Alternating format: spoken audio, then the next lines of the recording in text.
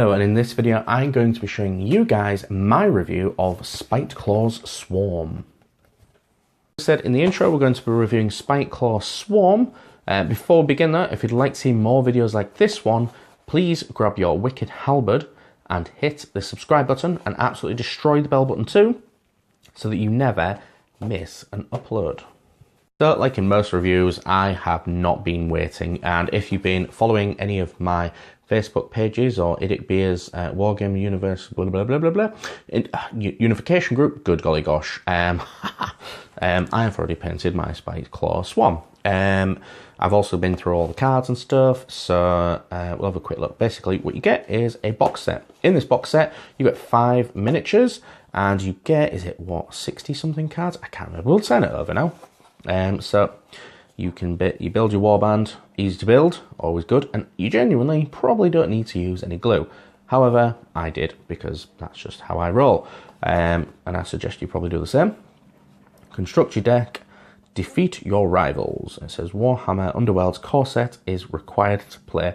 So you do need, so what you need for, which is nice that they tell you on there before you buy it, is you will need a mat to play with. You technically don't need tokens because you could use other things as tokens, your glory points and all that kind of thing. But principally, you could play if you had a mat. Let me think. Yeah, a mat and the rulebook, so you would need to know the rules. But you could play with a mat and the rulebook and this, and technically be good to go. So what do you get in this? You get 5 fighters, you get 5 fighter cards, 29 Spiteclaws Swarm, and 31 Universal Upgrade, Ploy and Objective cards.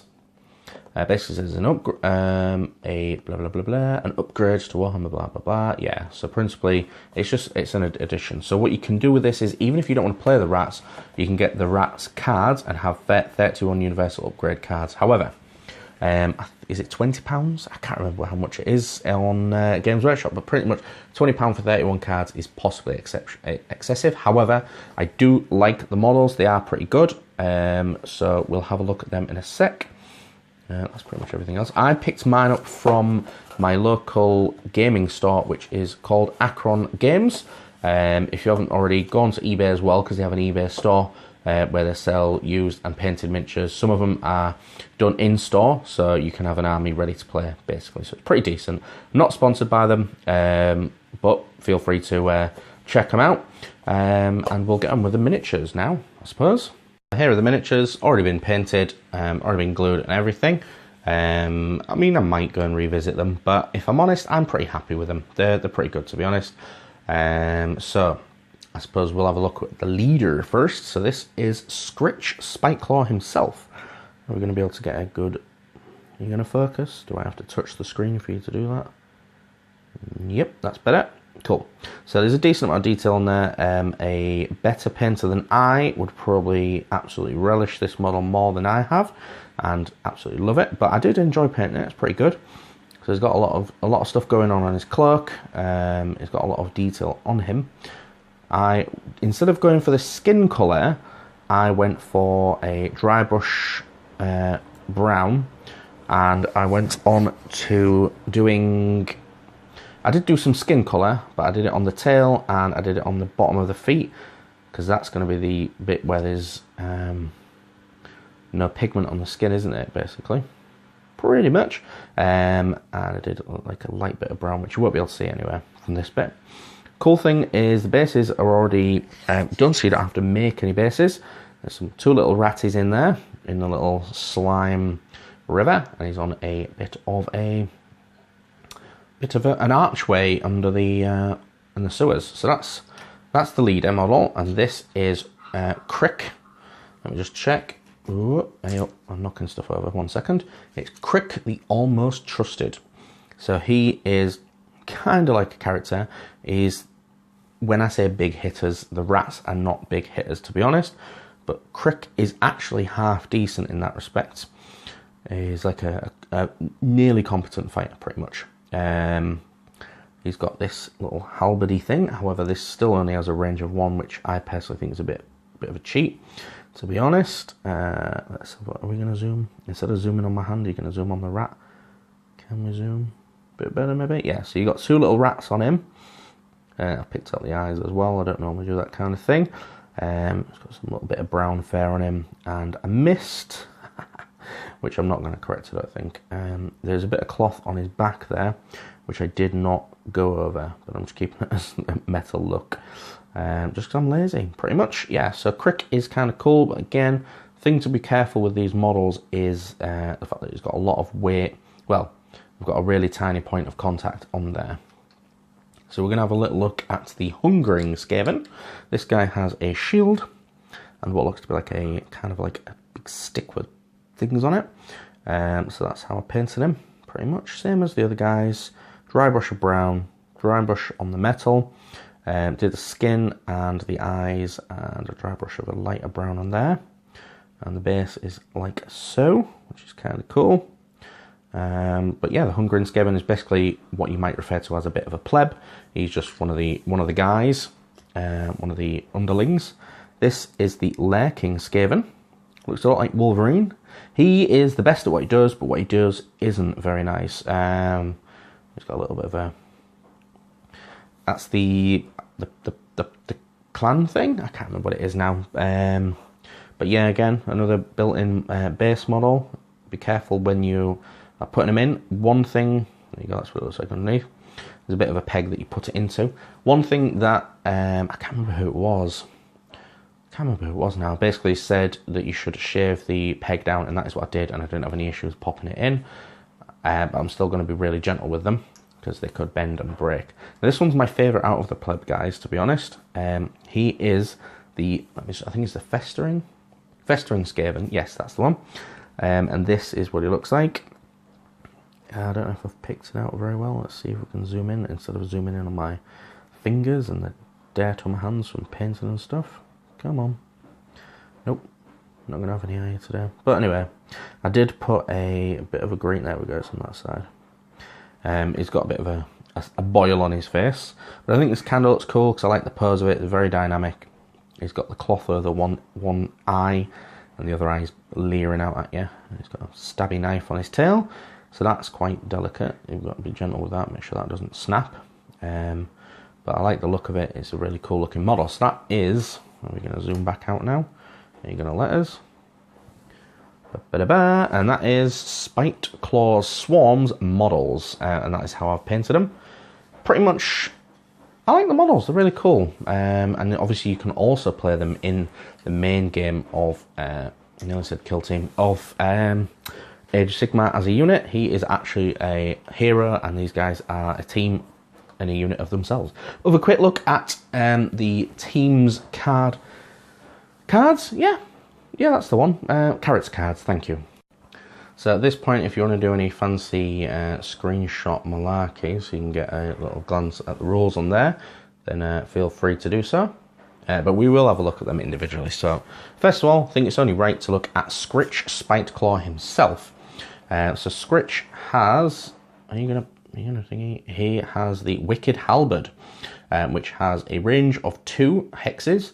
You use 2 dice, and you're looking for hammers on these dice, which we'll look at in a minute. And he does 2 damage, so he's pretty decent, if I'm honest. He also has Cleave if you get a critical, one of these bad boys. And also his actions. So this is the key thing with Scritch, is that you kind of want to keep him alive most of the time, because he can bring back one of the plebs, 1, 2, or 3 of these guys as an action, so you can always have more rats, basically, as long as you've got these guys. You can't bring Crick back, because he's kind of a character, but not. But the plebs you can bring back numerous times. So what you could do is you can upgrade one of the guys with a powerful weapon, and then when they die in combat, send them back in again. Now, obviously, you are going to be giving the opponent some glory points, but at the end of the day, it's I like the fact that you can bring them back. It's not, you don't have to play as defensively, to be honest. So the way you says you can inspire them. A player chooses this fighter when using a ploy. So it's not just you. If another player plays a ploy against Scritch, he gets inspired. So instead of doing 2 damage, he does 3 damage. He has a movement of 5 as normal. He has 2 dodge dice instead of 1, and he keeps the non-wounds, so it's basically the same deal. Basically, his damage gets more, and his dodge, it gets more dodgy, if you will. Crick is okay as well, so what he has is a 1-inch thingy, which I think should be a 2, because I think it's almost as long as his, maybe not. You got look for 2 hammers as well, so that's quite, basically if we have a quick look at the dice, which I probably should do, you have 1 hammer, 2 hammer, so you have 2 hammers on this one. With the blades, you've got 1. Do you only have 1 set of blades? Yes, so with the blades, you only get 1 in 6 chance. However, obviously getting a critical also counts. So instead of being, with the hammers, you've got a 50-50 chance on a dice of getting a hit. So both with Scritch and with Crick, you have got a 50-50 chance of getting on 2 dice, so you're more likely to going to get 1 hit, which is pretty decent. Yeah, I was looking at Crick, wasn't we? Crick, the almost trusted. Let's zoom in again on him. Yeah, he does 2 damage. He has a shield instead of a dodge symbol, which again we'll have a quick look at that. You get 1 shield, 2 shields. So again, it's the same thing on these ones. You get 2 shields versus one dodge symbol. So the shield is more likely, therefore Crick is more likely to take, is to save the damage, if I'm honest, than the rest of them.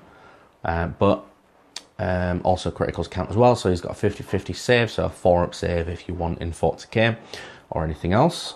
So when he's inspired, he has 2 shields. He also has nothing else. Nothing else changes, does it?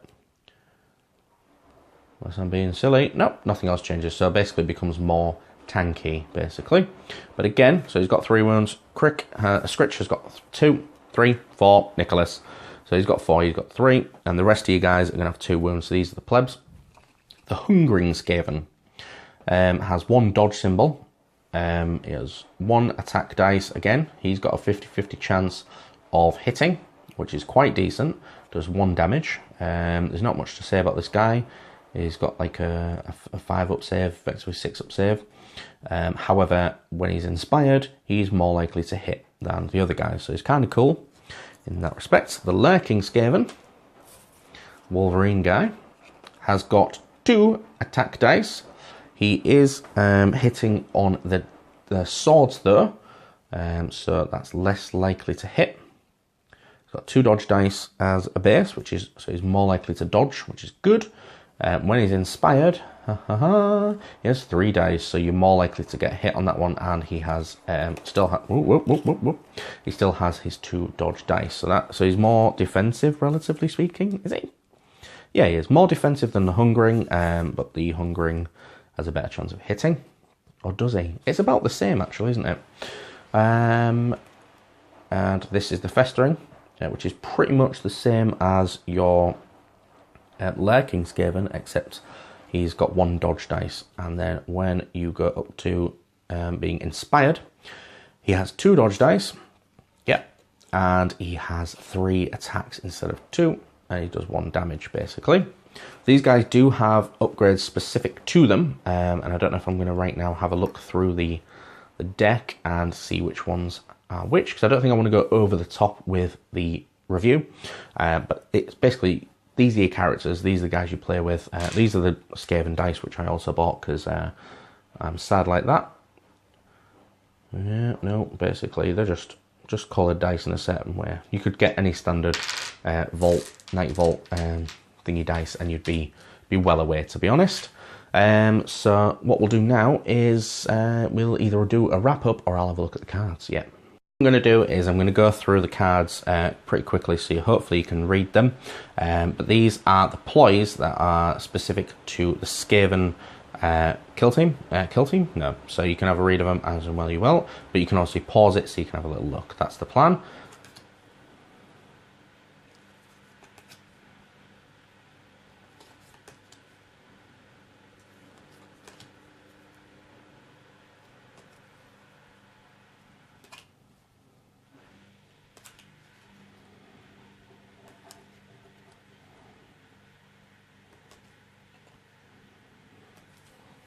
have a quick glance at the Spiteclaw Swarm's upgrades.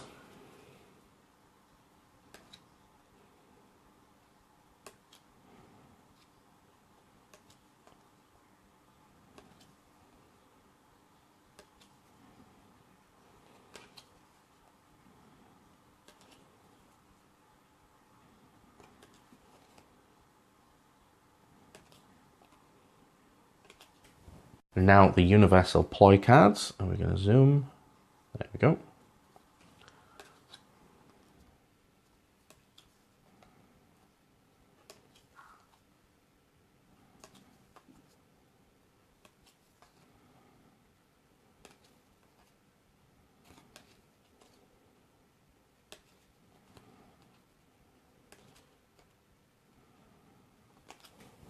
We'll have a look at the universal upgrades. And this will be the last of the upgrades and the other ones.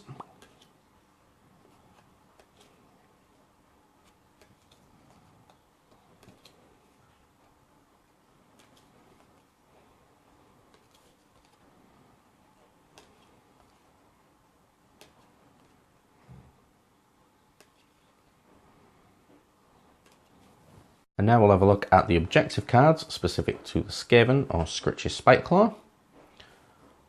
Oops, nearly.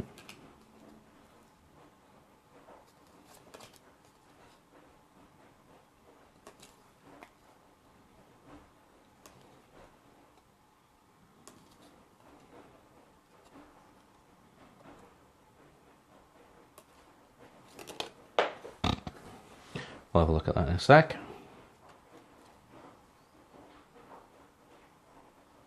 And that's the last one that dropped. And we'll try and go for the universal objective cards.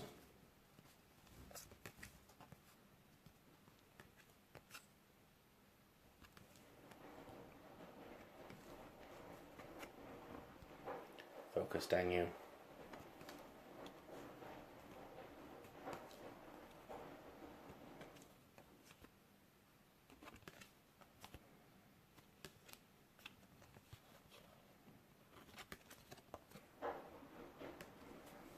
Right, so yeah, we've had an in-depth look at the, which I wasn't originally going to do, an in-depth look at the Spiteclaw Swarm expansion, or upgrade set, if you will, for the Night Vault slash Shadespire. It's pretty good set in my opinion. I think one of the main strengths that they've got going for them is that you can bring back these little ratty guys over here, so you don't worry, you're not concerned about actually sending them to their death.